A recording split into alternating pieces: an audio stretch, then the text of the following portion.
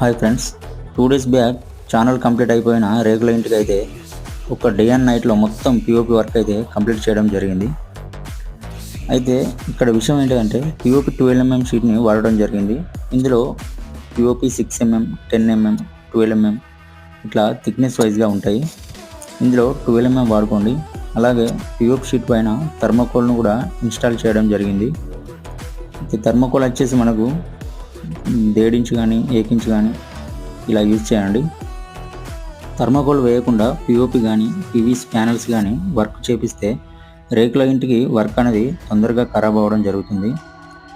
అలా జరిగినాయి కూడా. కంపల్సరీ పీవీసీ వర్క్ అయితే, పిఓపి అంటే ఇంకా కొంచెం అటు ఇటు అయినా కూడా ఏం కాదు, పీవీసీ వర్క్ అయితే కంపల్సరీ థర్మోకోల్ అనేది యూజ్ చేయాలి. ఓకే ఫ్రెండ్స్, ఈ వీడియో కనుక నచ్చితే లైక్ చేయండి. మన ఛానల్ అయితే ప్లీజ్ సబ్స్క్రైబ్ చేయండి ఫ్రెండ్స్.